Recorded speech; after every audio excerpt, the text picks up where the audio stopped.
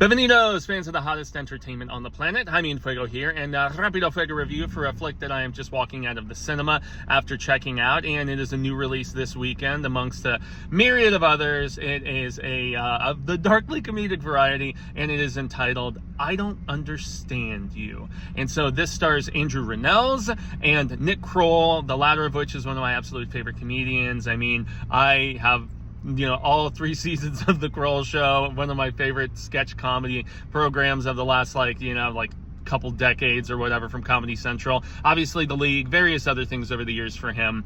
And so it's actually a very touching and endearing story, despite the darkly comedic tinges that we are dealing with as the story progresses. But the setup is that Andrew and Nick's characters are a couple of hubbies, and they're about to see their 10th anniversary coincide with one of the wishes that they have aspired towards for a great long time, which is adopting a child. And so turns out, despite some bumps in the road over their years of attempting to do this, Amanda Seyfried, I don't know, I always think of her trying to make fetch a thing, guys, but she is going to make this aspiration, this dream of theirs come true. And right before getting this news, they are heading out on this anniversary trip to Italy, and that is where,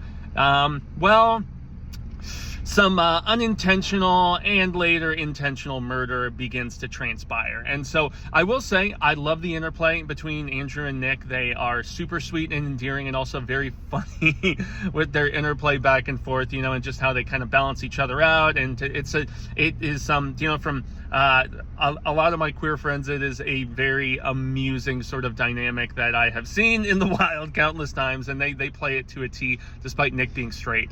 And yet, this is where I have, I'm kind of wrestling with this film a little bit, because of the fact that, they're aspiring to make this wish come true, and they will go to any length to do it, including the murder of the innocent, because it kind of starts out as a mistaken, accidental sort of thing, and then it's like, well, to cover up this mistake, we got to do this mistake and whatever.